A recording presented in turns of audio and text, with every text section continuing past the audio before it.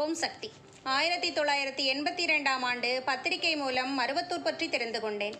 அதன்பின் ஒரு அறுவை சிகிச்சைக்காக சென்னை மருத்துவமனையில் இருந்தபொழுது இரத்த அழுத்தம், சர்க்கரை, இதய தொந்தரவு இருந்ததால் அறுவை சிகிச்சையை தள்ளி வைத்தனர்.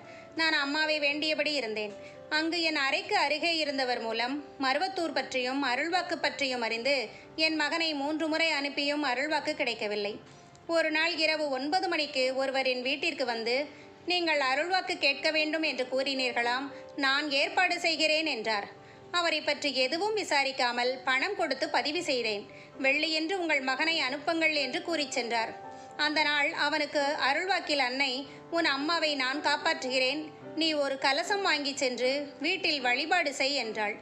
அதன்படி நாங்கள் செய்ய ஆரம்பித்த பின் 3 மாதங்களாக தள்ளிப்போன அறுவை சிகிச்சை 2 நாட்களில் நடந்தது. 1983 முதலாக ஆலயம் செல்கிறேன்.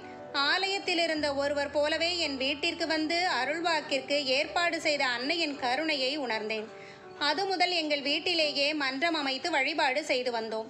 ஒரு முறை கருவறை பணிக்காக கருவறையில் 108 குங்கும அர்ச்சனை செய்து தீபாராதனை தட்டை வெளியே எடுத்து வரும் பொழுது என் எதிரே கண்கள் மிக பிரகாசமாக இருந்த ஒரு பெண்மணி சின்முத்திரை காட்டியபடி நின்றார்கள்.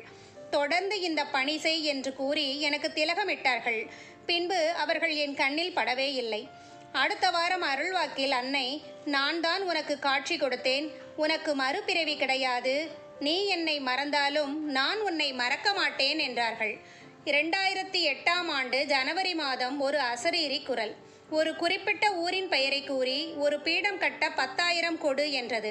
சுற்றும் முற்றும் பார்த்தால் யாரும் இல்லை. என் மகனிடம் பணத்தை கட்டச் சொன்னபோது, பழனி போய்விட்டு வந்து செய்கிறேன் என்று கூறி சென்று விட்டான். அவன் போன கார் விபத்துக்குள்ளாகி லாரியின் அடியில் மாட்டி அப்பளம் போல நொறுங்கிவிட்டது. அவனை காரை உடைத்து காப்பாற்றினார்கள். சிறு கால் எலும்பு முறிவுடன் அம்மா காப்பாற்றினாள். எனக்கு எந்த அதிர்ச்சியும் தாங்க முடியாது என்பதால் என் 2 மகன்களும் என்னை வீட்டில் விட்டுவிட்டு சென்றனர். நான் சக்தி கவசம் படித்து கொண்டிருந்தேன்.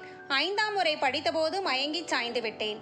அதே நேரத்தில் மருத்துவமனையில் இருந்த என் மகனின் தலையிலிருந்து கால் வரை அம்மாவின் சூலம் தடவி சென்றதாம். இதை அவன் என்னிடம் கூறிய பொழுது அம்மாவின் கருணையை நினைத்து மெய் சிலிர்த்தேன். உடனே 10,000 ரூபாய் பணத்தையும் கட்டிவிட்டோம்.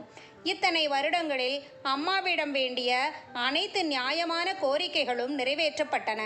அம்மாவிடம் முழு நம்பிக்கை வைத்து தொண்டு செய்தால், பக்தி செலுத்தி வந்தால் நியாயமானவை அனைத்தும் நிறைவேறும் என்பதில் எள்ளளவும் ஐயமில்லை. ஓம் சக்தி.